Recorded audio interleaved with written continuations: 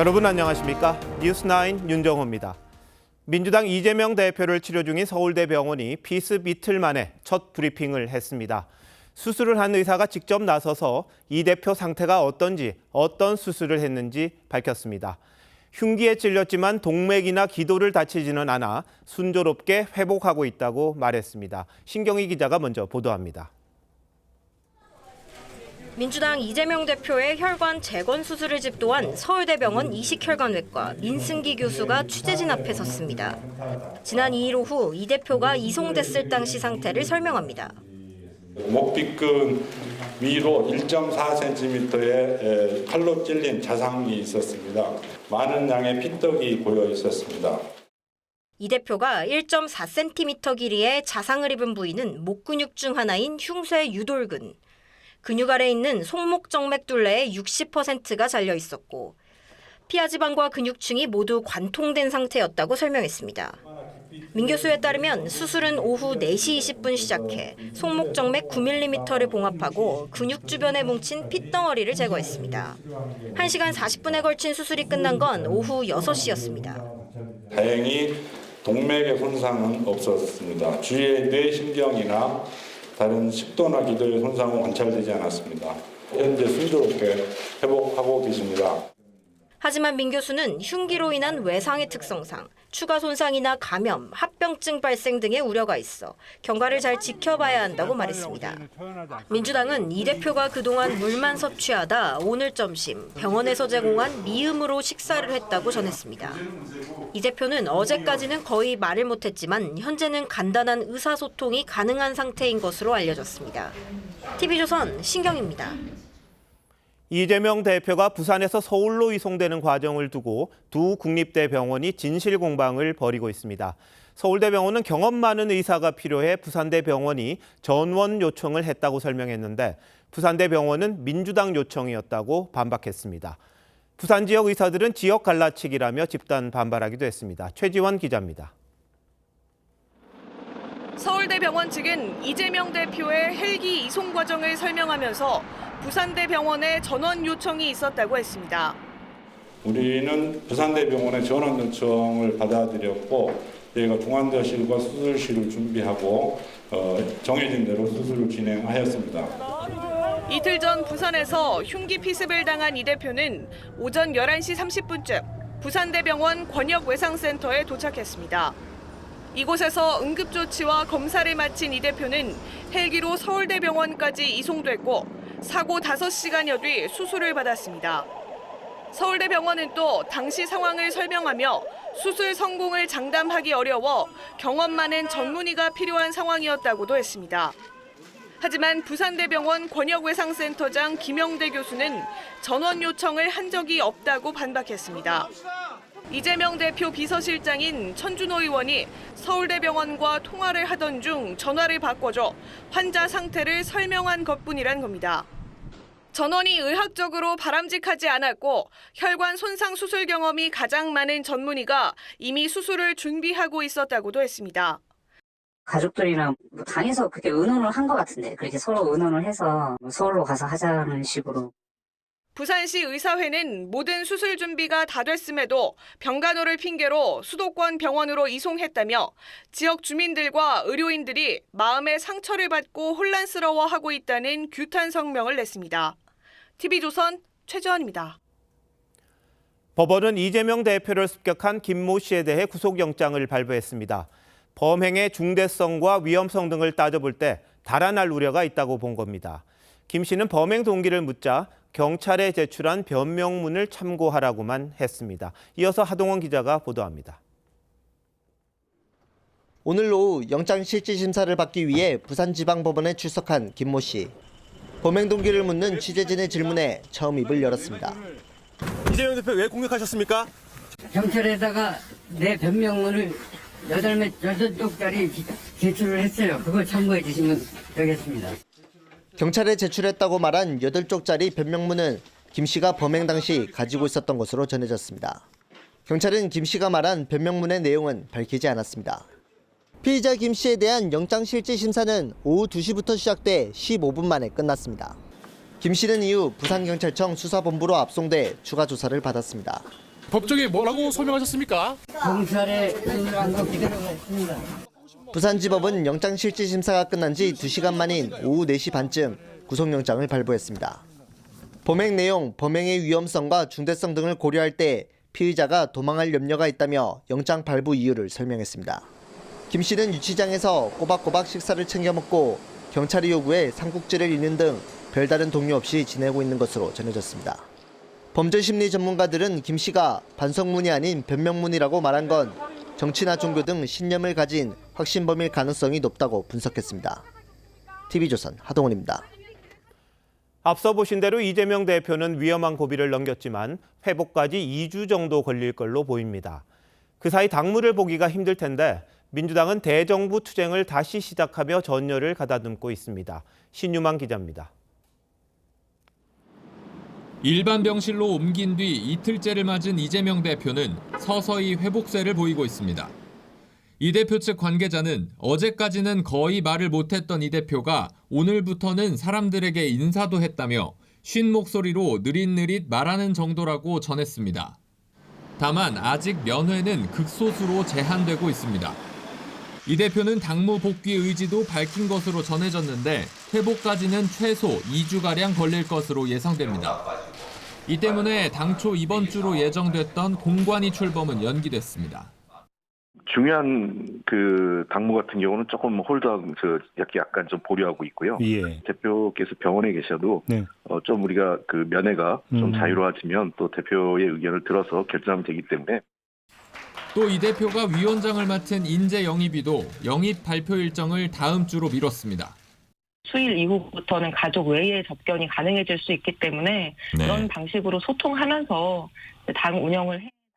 또 민주당은 이 대표 피습과 관련해 자작극 의혹을 비롯한 가짜뉴스를 보도한 유튜브 채널 6개에 대해 방송통신심의위원회에 제소했습니다. 하지만 탈당 움직임에 제동이 걸린 비명계는 시간이 늦춰졌을 뿐 여전히 방향엔 변화가 없다는 입장입니다. 이 대표 피습의 일정을 연기했던 이낙연 전 대표가 신당 창당 발기인 모집 등 활동을 재개하면서 이 대표의 조기 복귀를 요구하는 목소리가 나올 거란 관측도 나옵니다. TV조선 신유만입니다. 국민의힘 한동훈 비상대책위원장이 오늘은 광주 5.18 민주묘지를 참배했습니다. 5.18 정신을 헌법에 담는 걸 적극 추진하겠다고도 했는데 충북에선 오른쪽뿐 아니라 왼쪽에서도 정답을 찾겠다며 중도 확장 의지도 보였습니다. 한송원 기자가 광주에 다녀왔습니다. 정치 입문 이후 처음으로 광주를 찾은 한동훈 비대위원장은 광주 학생 독립운동 기념탑과 5.18 민주묘지를 잇따라 방문했습니다. 추모탑을 참배한 한 위원장은 헌법 전문에 5.18 정신이 수록되도록 적극 추진하겠다고 했습니다. 저는 헌법 전문에 5.18 정신을 수록하는 것에 적극적으로 찬성합니다. 신년 인사회에선 광주 당원들을 만나 국민의힘 후보가 호남에서 당선된다면 우리나라 정치의 승리가 될 거라고 말했습니다. 사람들에 가려 잘 보이지 않는다는 당원의 외침에 대구에 이어 또 의자 위로 올라가 인사하기도 했습니다. 과거 보수정당 인사들이 광주를 방문했을 때 시민단체 등의 항의를 받은 적이 적지 않았지만 이번엔 별다른 반발이 없었습니다. 호남에 이어 충북을 방문해선 중도 확장 의지를 강조했습니다. 어떤 이슈에서는 오른쪽에 정답을 낼 것이고 어떤 이슈에서는 그보다 왼쪽의 정답도 찾을 겁니다. 광주 방문 땐 한 위원장 주변을 경찰들이 둘러싼 모습이 공개되면서 과잉 경호 논란도 불거졌습니다. 이재명 대표 피습 사건을 계기로 경호가 강화된 건데 야권에서 지나치다는 비아냥이 나오자 국민의힘은 광주 이후 일정부턴 경호를 최소화해달라고 경찰에 요청해 대부분 인력이 철수했다고 반박했습니다. TV조선 한송원입니다. 민주당 전당대회 돈봉투 의혹을 수사 중인 검찰이 송영길 전 민주당 대표를 구속 기소했습니다. 검찰은 송 전 대표가 당선을 위해 금품을 조직적으로 살포했다며 송 전 대표를 정경유착과 금권 선거의 정점으로 지목했습니다. 한지은 기자입니다. 지난달 18일 구속된 송영길 전 민주당 대표가 오늘 재판에 넘겨졌습니다. 민주당 전당대회 돈봉투 의혹 수사가 본격화한 지 9달 만입니다. 검찰은 2021년 전당대회를 앞두고 민주당 의원 등에게 6,650만 원이 뿌려졌는데 송 전 대표가 이를 최종 승인했다고 판단했습니다. 송 전 대표의 외곽 후원 조직인 먹고사는문제연구소를 통해 불법 정치자금 7억 6,300만 원을 받은 데 대해선 정당법 위반 혐의를 적용했습니다. 이 가운데 4천만 원은 사업가로부터 인허가 청탁 차원에서 받았다며 뇌물 혐의를 적용했습니다. 검찰은 사건의 실체가 정경유착과 금권선거 범행이었다며 최대 수혜자인 송 전 대표에게 최종 책임이 있다고 밝혔습니다. 송 전 대표는 구속 이후 5차례 소환 조사에 단 한 번 출석했고 그마저 묵비권을 행사했습니다. 기소 직후 송 전 대표는 변호인을 통해 법정에서 무죄를 이끌어내겠다고 밝혔습니다. 압박 수사 과정에서 사람이 죽을 수도 있고 엄청 정신적인 충격에 몇 사람들은 정신병 치료도 받고 그랬거든요. 검찰은 어제 이성만 의원을 소환 조사한 데 이어 돈봉투를 받은 의혹을 받는 나머지 의원들에 대한 수사를 본격화할 예정입니다. TV조선 한지은입니다. 네, 지금 보신 것처럼 이재명 대표는 수술이 잘 끝나 회복 중입니다. 그런데 이 치료 과정에서 이런저런 논란이 불거지고 있고요. 특히 지역 의료 문제로 번지는 모습입니다. 김아림 기자와 함께 좀 더 자세히 짚어보도록 하겠습니다. 자, 김 기자, 피습당했던 이 대표는 정신이 없었을 테고 서울로 옮겨간 것을 놓고 지금 논란이 많잖아요. 이게 왜 지역 의료 이슈로 이어집니까? 네, 누가 잘못해서가 아니라요. 네. 지역 의료 문제의 근본적 원인이 여실히 드러났다는 게 의료계의 지적입니다. 후유증을 고려해 잘하는 곳에서 해야 한다. 사건 직후 했던 민주당 정청래 최고위원의 발언 무심코 한 말이지만요. 사실 이게 정 최고위원만의 생각은 아닙니다. 지난해 기준 서울 빅5 병원에서 진료받은 비수도권 환자는 71만여 명으로 10년 전보다 42.5% 증가했습니다. 자, 이게 옳다 그르다 이렇게 말할 건 아닌 것 같은데 어쨌든 아프면 서울 가야 한다 이런 인식이 크다는 거잖아요. 네, 그렇습니다. 사실 부산대병원은 권역외상센터가 복지부 평가에서 4년 연속 최고 등급인 A등급을 받은 곳입니다. 이 때문에 지역 의사들은 지역 의료 체계를 바로 세워야 한다고 말하는 정치인들조차 은연중에 지역 의료에 대한 불신을 갖고 있다는 사실이 드러난 거라고 지적을 했습니다. 자, 그러다 보니까 이제 부산 의사회 아주 상당히 격앙된 반응을 보였더라고요. 네, 부산시 의사회는 민주당이 의료기관을 서열화하고 지방과 수도권을 갈라치기 했다면서 이러고도 지방 의료 붕괴와 필수 의료 부족을 논할 자격이 있냐고 강하게 반발했습니다. 또 부산대학교 학생들이 이용하는 인터넷 커뮤니티에도요. 지방 병원 인식이 그렇지 이런 자조 섞인 글들이 잇따라 올라왔습니다. 자, 그런데 말이죠. 민주당은 그동안 지역 의료를 살리겠다고 여러 가지 방안도 내놓고 그렇지 않았습니까? 네, 그렇습니다. 민주당이 지난달 국회 복지위에서 강행 처리한 지역의사제와 공공의대법이 대표적입니다. 지방의대 인력 그리고 국비로 양성된 의료 인력을 10년 동안 지역에서 의무 복무하게 하는 내용인데요. 홍익표 원내대표도 오늘 의료계 신년 할애회에 참석해서 지역 간 격차 문제 핵심은 필수 인력 확보라면서 지역의사제와 공공의대법 추진 의지를 거듭 밝혔습니다. 하지만 이 같은 정책도 결국 환자들의 서울 쏠림 현상을 개선하지 않는다면 근본적인 해법이 될 수 없다는 게 의료계의 지적입니다. 자, 이런 지적에 대해서 민주당은 어떻게 답하고 있습니까? 네, 현재 이 대표의 건강이 위중한 상황에서 헬기 이송이나 지역 의료 논란이 불거지는 것 자체가 좀 바람직하지 않다는 입장입니다. 다만 내부적으로 이렇게 생각지 못한 부산 의료계와 부산 민심의 동요에 당혹스러워하는 분위기도 읽힙니다. 네. 좋은 병원에서 치료받고 싶은 건 사람의 본능일 테고요. 다만 그 좋은 병원이 서울에 있는 병원이다. 이런 인식이 바뀌지 않는 한 백약이 무효겠네요. 자, 김 기자 잘 들었습니다.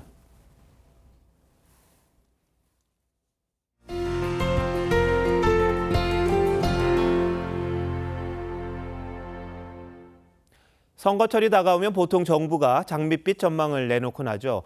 이번엔 좀 다릅니다.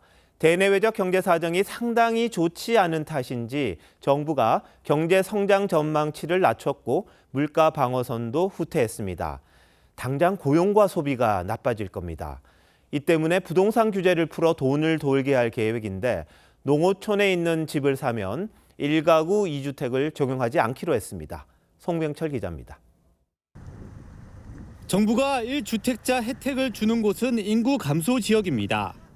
행정안전부에 따르면 경기 가평군과 연천군을 비롯해 인천 강화군과 옹진군 등 80여 곳에 달합니다. 1주택자가 이 지역에 집을 사면 보유세는 1주택자 특례가 그대로 적용되고 기존 주택을 팔 때도 양도세, 비과세 혜택을 받게 됩니다. 정부는 낙후된 지역의 생활 인구를 늘려나간다면 도시 집중과 지방 소멸을 늦출 수 있을 걸로 기대하고 있습니다. 특별히 투기 지역이 아니라면 지방 소멸 지역에 대해서는 기존에 있는 사람에게도 좀 소급해서 혜택을 주는 게 맞습니다. 내수 진작과 물가 안정이라는 두 마리 토끼를 잡기 위해 11조 원도 투입합니다. 우선 물가 상승 주범으로 지목되어 온 과일값부터 잡기로 했습니다. 이를 위해 바나나와 망고 등 21개 과일에 매기는 관세를 깎거나 없애기로 했습니다. 생필품 용량이 바뀌면 의무적으로 공개하도록 해서 값은 그대로 두고 양을 줄이는 슈링크플레이션도 차단합니다. 여기에 영세 소상공인 126만 명에게 전기료 20만 원씩 감면해주고 전통시장 소득공제도 80%까지 올려 내수 활성화에 나설 예정입니다. TV조선 송병철입니다.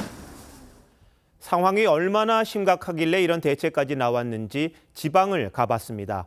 곳곳에 방치된 빈집 때문에 골머리를 앓는 각 시군이 주민 수를 늘리기 위해 파격적인 인센티브를 주고 있었습니다. 정은아 기자가 취재했습니다. 주민 4만 명에 22,500가구가 사는 경남 남해군에는 빈집이 1,000채가 넘습니다. 취재진이 찾은 운암마을은 특히 사정이 심합니다. 사람이 살지 않은 지 한참이 지나 지붕은 부서져 있고 유리창은 깨져 있는데요. 집안에는 여전히 2017년 달력이 걸려 있습니다. 여자나 뭐 또 아가씨들 보면 무섭겠죠. 또 특히 뭐 부산이나 서울이나 살다가 내려온 사람들은 보면 무서울 수도 있죠. 빈집이 늘면서 살기 불안해지고 이 때문에 더 많은 사람이 떠나는 악순환이 벌어지고 있습니다. 그 10년 넘게 됐지. 누가 들어 사겠어. 소멸 위기의 지자체들은 절박합니다. 전남 나주시는 청년들에게 무료로 임대주택을 나눠줍니다. 원룸도 알아보니까는 한 50만 원 정도 하더라고요. 공과금만 내면 돼서 많이 비용이 줄어든 것 같습니다. 신안군은 신혼부부에게 월 10,000원의 연립주택을 빌려줍니다. 전문가들은 일자리도 마련돼야 한다고 강조합니다. 청년들이 뭐 이렇게 공기만 숨쉬고 살 수는 없잖아요. 그렇죠.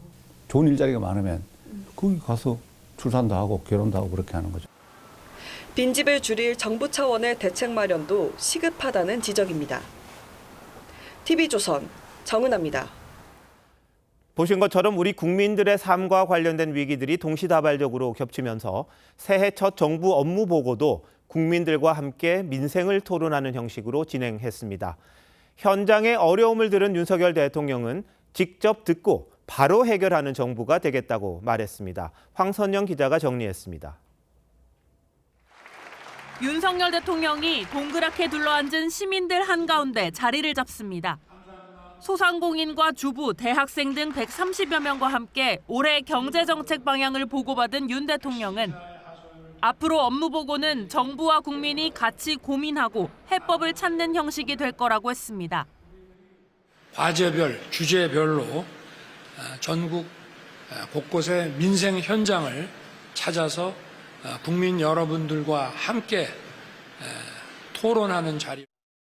한 자영업자가 코로나19 때 연체 기록에 추가 대출이 어려워졌다고 호소하자 김주현 금융위원장은 연체 이력 삭제와 같은 신용회복 지원 방안을 강구하겠다고 답했습니다.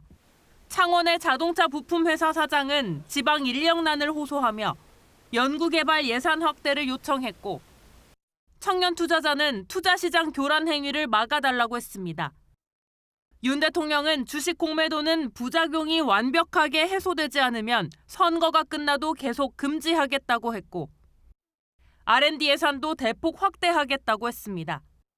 국민 세금이 투입되는 R&D 투자가 국민 경제를 살찌우는 방향으로 효과를 발휘할 수 있도록 다음 업무 보고는 재개발이 예정된 노후 도시에서 주택 문제를 주제로 진행될 예정인데 산업단지와 대학, 군부대 등 10차례 넘는 현장 토론회가 이어질 예정입니다.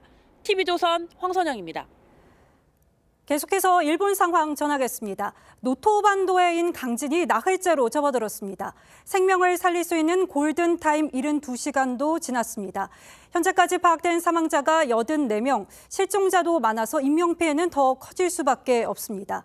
저희 특파원이 전해온 현지 모습은 생각보다 더 참혹했습니다. 일단 도로 곳곳이 끊겨서 구조 작업은 더디기만 합니다. 전정원 기자가 현장을 둘러봤습니다. 진앙지에서 60km 떨어진 이시카와현 와지마시로 향하는 길.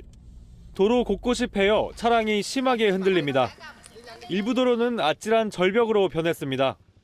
지진의 충격으로 도로는 끝이 보이지 않을 만큼 갈라져 버렸는데요. 도로 틈에 빠진 채 덩그러니 남아있는 차량에서 당시에 긴박했던 상황을 그대로 느낄 수 있습니다. 강진이 덮친 와지마시 마을은 수많은 주택이 지붕만 남고 사라졌습니다. 이곳에서만 40여 명 주민들이 찰나에 하늘나라로 떠났습니다. 해안가 마을은 전봇대가 엿가락처럼 휘었고 도로는 이렇게 제대로 걷기도 어려울 만큼 일그러졌습니다. どんな感情というかもうやりきれないというかまさか自分たちがこんなことになるとは思ってなくってもう本当にびっくりしている状態で 도로 곳곳이 심하게 망가진 게 구조 작업과 생필품 전달을 어렵게 하는 가장 큰 장애입니다. 가족과 지인을 잃은 주민들은 비통함을 감추지 못합니다. 向こうから入ってきてもこっちからもかけても全然 생존율이 크게 떨어지는 지진 발생 뒤 72시간이 지나면서 앞으로는 매 순간이 구조 작업의 최대 고비입니다. 現場の総力を挙げて一人でも多くの方の救命救助を目指してまいります. 정부는 수색 인력을 2배로 늘리기로 했습니다. TV조선 전정원입니다. 지진으로 집을 떠난 이재민들 생활은 시간이 지날수록 고통스럽습니다. 손 씻을 물은 물론이고 마실 물도 부족한 상황입니다. 위생 문제가 제기될 수밖에 없습니다. 게다가 이재민 상당수가 고령자여서 언제까지 대피소 생활을 버틸 수 있을지도 걱정입니다. 계속해서 김자민 기자입니다. 불에 타 폐허로 변한 마을을 찾은 주민. 건진 건 신발 2켤레뿐입니다. 一番心配なのですかこれいつ戻るだろうかと思ってこの人たちがねまた戻ってこれるんかどうかというようなことがやっぱり怖いですね. 며칠째 손도 제대로 못 씻은 이재민은 비닐 장갑을 끼고 급식소에 나왔습니다. 변기를 내릴 물이 부족해 대피소에선 질병 감염 우려마저 나옵니다. コロナとかインフルエンザの一緒にちっちゃい赤ちゃんも避難所に一緒にいるので小さい子たちに感染しないかそれが一番心配ですね. 물을 담을 용기는 귀한 물건이 됐습니다. これはたまたま今買えたんですけどもうあっという間に売り切れてしまうんで 현재까지 터전을 잃은 이재민은 5만 7천여 명으로 상당수가 65세 이상의 고령자입니다. 임시 대피소에선 머리가 희끗한 노인들이 난로 앞에서 몸을 녹입니다.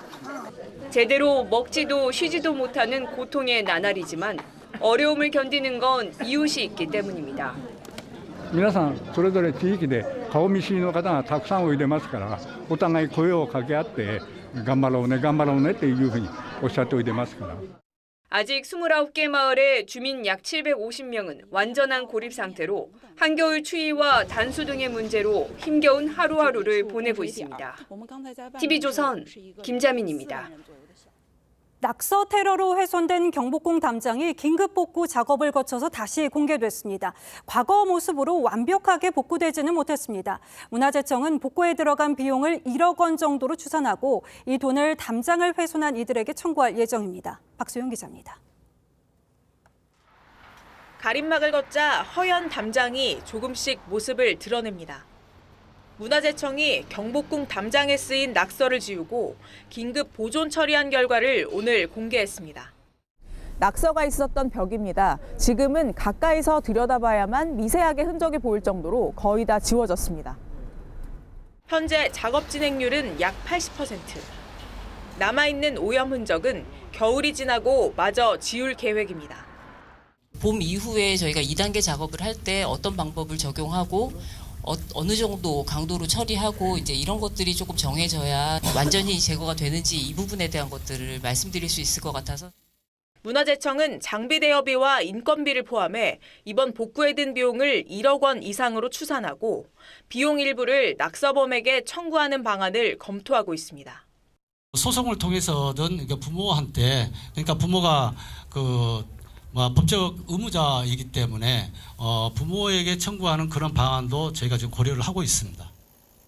경복궁을 비롯한 4대 궁궐 등에 CCTV 110대를 추가로 설치하는 재발 방지 대책도 내놨습니다. 경찰은 현재 경복궁 담장 낙서를 사주한 이 팀장의 행방을 쫓고 있습니다. TV조선 박소영입니다. 오늘 새벽 세종시의 교량 두 곳에서 차량 39대가 잇따라 추돌했습니다. 10여 명이 다치고 출근길 교통 혼잡으로 이어졌습니다. 짙은 안개에 도로까지 결빙되면서 일어난 사고였습니다. 김다로 기자입니다. 안개 속 교량 위를 달리던 차량이 비상등을 켜고 서 있는 버스를 그대로 추돌합니다.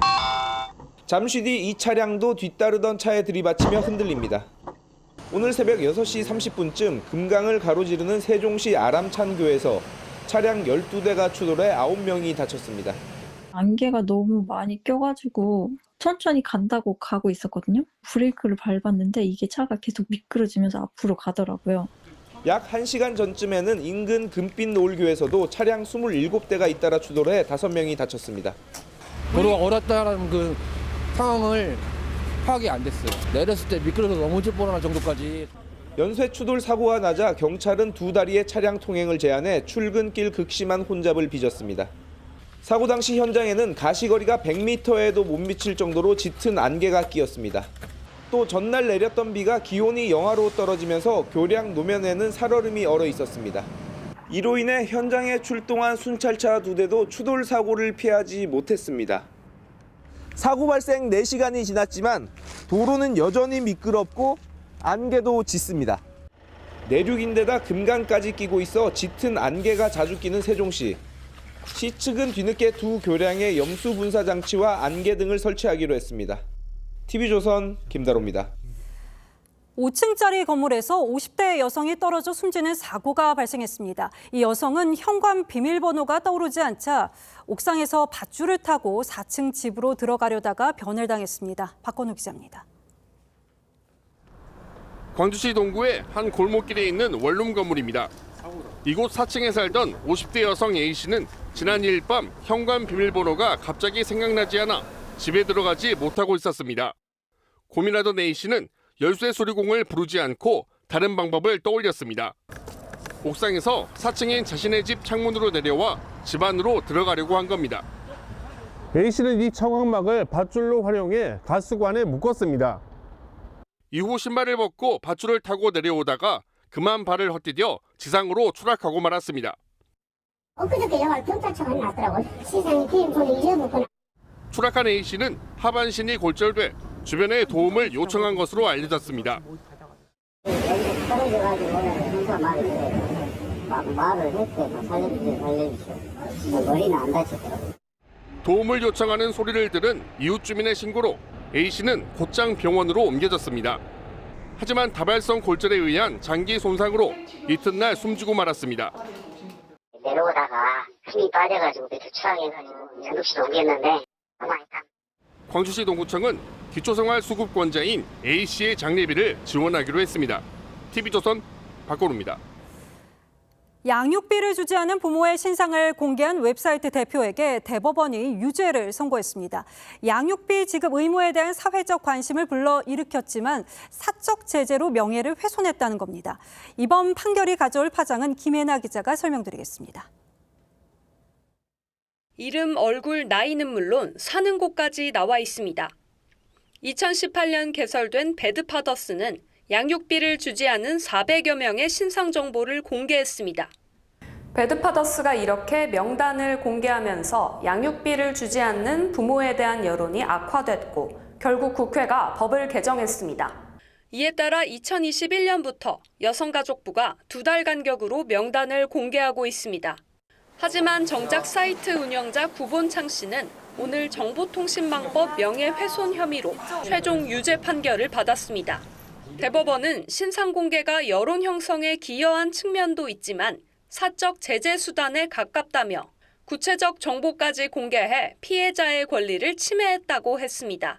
양육비 지급을 갖다가 촉구하기 위한 거였기 때문에 어쨌든 또 이렇게 시작되면서 그 양육비 제도가 개선이 많이 됐잖아요. 구 대표를 상대로 제기된 명예훼손 소송은 이미 29건입니다.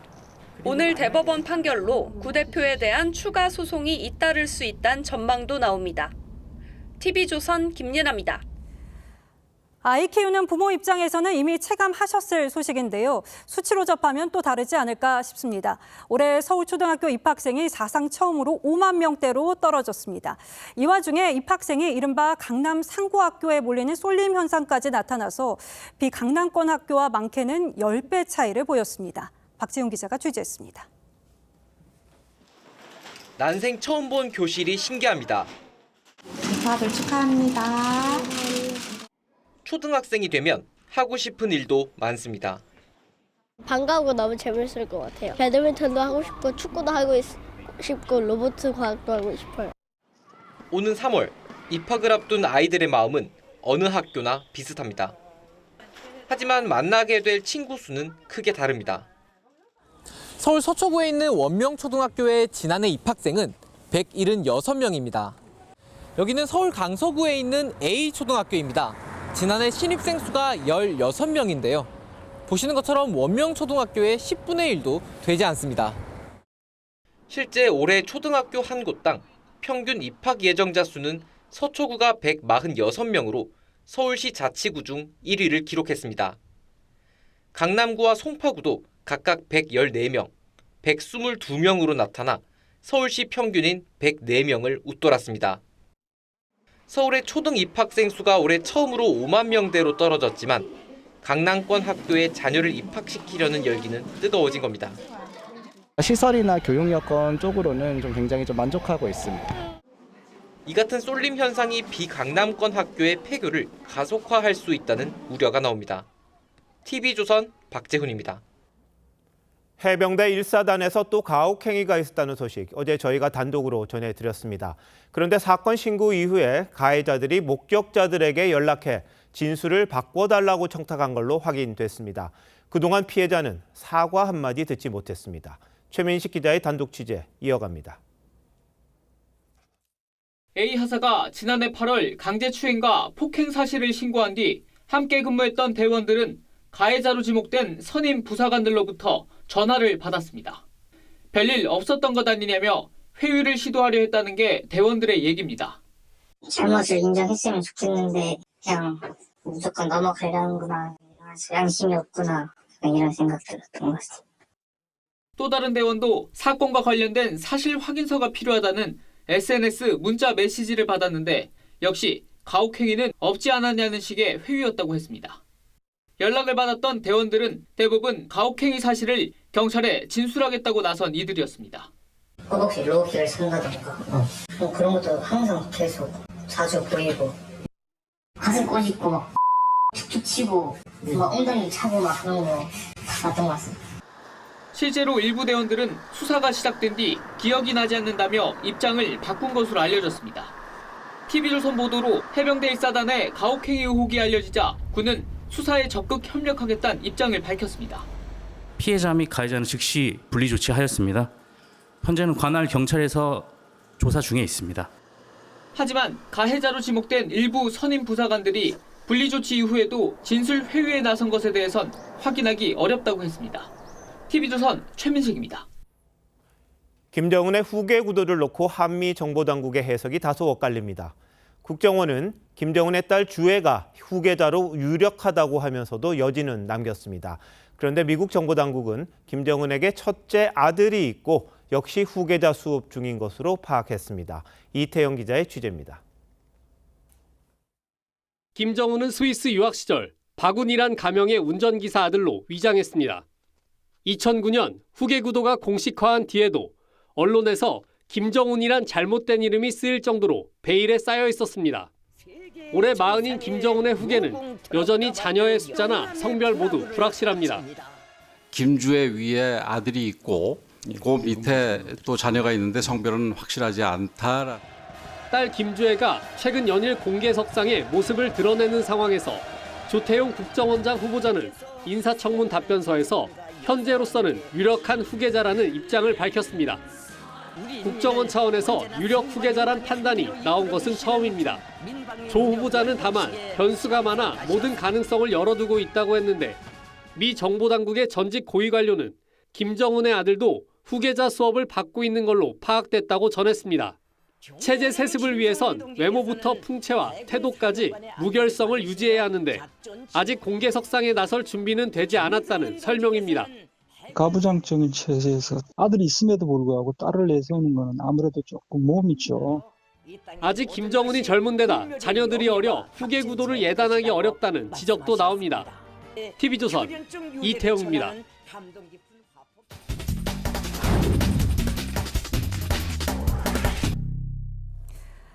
인공지능 AI가 불러온 변화 연속으로 짚어봅니다. AI가 단순 사무직은 물론이고 음악 편곡이며 영상 제작이며 못하는 게 없어서 미래에는 어떤 직업을 가져야 하나 고민이 되는 것도 사실인데요. AI가 세상에 없던 직업도 만들어내고 있습니다. 인공지능을 위한 데이터를 작업하는 데이터 라벨러라는 직업인데요. 감이 잘 안 오시죠? 유혜림 기자가 설명드리겠습니다. 화면 속 강아지와 그릇에 네모 표시를 해줍니다.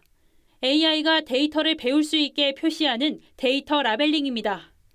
49살 김미경 씨는 이런 작업으로 1년간 1,500만 원 가까이 벌었습니다. 어느 나이건 어떤 경력을 가지고 있건 어느 시간대이건 언제 어디서든지 쉽게 시작할 수 있다는 장점이 있는 것 같아요.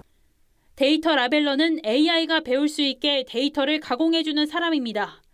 통역을 하거나 사람처럼 움직이는 등 AI의 다양한 기능은 모두 데이터에서 출발합니다.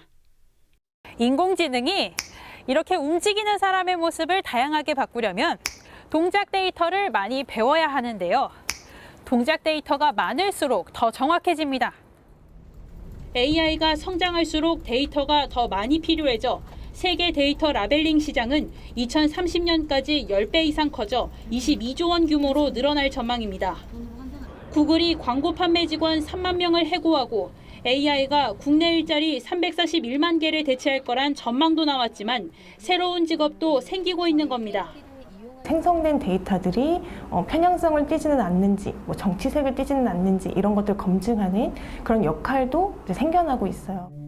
인공지능으로 달라지는 미래. 준비한다면 새로운 기회의 장이 열릴 수 있습니다. TV조선 유혜림입니다. 중동 정세가 심상치 않습니다. 레바논 수도에서 드론 공격이 벌어진 지 하루 뒤 이란에서는 의문의 폭발로 90여 명이 숨졌습니다. 이란은 이스라엘을 배후로 의심하고 있는데 중동 전체가 화염에 휩싸일 수 있다는 관측이 나옵니다. 황정민 기자입니다. 이란 남동부 케르만시에 있는 솔레이마니 무덤 인근. 갑자기 폭발음이 울리고 카메라가 흔들립니다.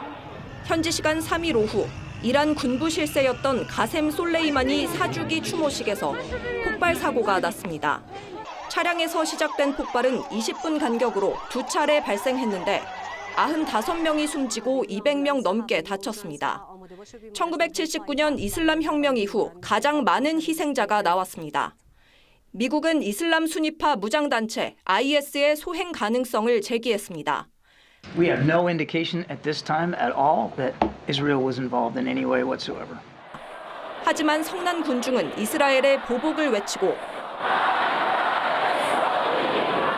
이란 정부도 테러 배후로 이스라엘을 의심했습니다.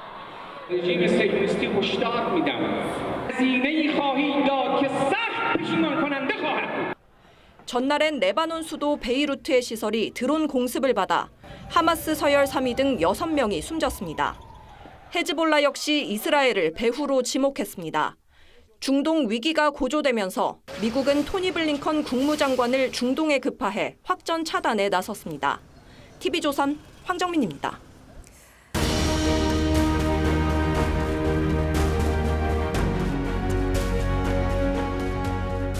인류 멸망을 앞두고 100만 명을 수용하는 지하 요새가 건설됐습니다. 명단에 없으면 속절없이 죽음만 기다려야 합니다. 메타 CEO 저커버그가 인류 최후의 날을 대비해 지하 벙커 같은 생존 시설을 짓고 있다고 합니다. 내 돈 내가 쓴다지만 고와 보이진 않습니다. SNS로 세계인을 끌어들여 번 돈 아니겠습니까? 세상을 격변시키는 IT 리더로서의 책임감 같은 건 찾아보기가 힘듭니다. 그가 딸이 13살 될 때까지 페이스북을 못하도록 한 것도 배신입니다. SNS가 어린이, 청소년에 끼치는 해악을 그렇게나 잘 알면서도 남들에겐 방치하고 있으니까요. 구글 CEO 피차이가 아들의 유튜브 이용 시간을 통제하는 것도 마찬가지입니다. 12살 초등생이 동네 중학생과 차를 몰면서 시속 100km로 질주하는 영상을 SNS로 생중계했습니다. 한밤 인천 시가지를 20분이나 내달렸다죠. 고삐 풀린 SNS는 어린 인성까지 황폐하게 휘젓고 있습니다. 이재명 대표를 습격한 60대 피의자도 정치 유튜브에 빠졌다고 합니다. 치밀한 범행 준비가 은둔형 정치 훌리건의 범행 양상이란 분석도 나왔습니다. 온라인 세상은 늘 극단적인 정치 SNS에 매몰된 과격 지지자들의 저주와 분노 범벅입니다. SNS와 정치판은 서로 혐오와 증오를 부추기고 이를 동력으로 살아남습니다. 노벨 평화상을 받은 필리핀 언론인 마리아 레사가 말했죠. 혐오와 거짓에 돈과 권력을 주는 SNS가 민주주의의 위기를 불렀다. SNS는 또 누가 더 멋지게 사는지 다투어 뽐내는 허영의 진열장이기도 합니다. 사람들은 거기에 자기 삶을 비춰보며 좌절합니다. SNS가 그래서 출산율을 끌어내린다는 해외 연구도 잇따릅니다. SNS 이용률 세계 2위인 우리의 출산율이 세계 최악인 게 우연이 아닌 듯합니다. 이게 아닌데 사는 게 이게 아닌데. 남들만 행복하고 내 눈은 멀게 하는 SNS를 잠시 접고 피고 지는 꽃을 보라고 시인과 가객은 노래합니다. 1월 4일 윤종호의 오늘 21세기 괴물 SNS였습니다.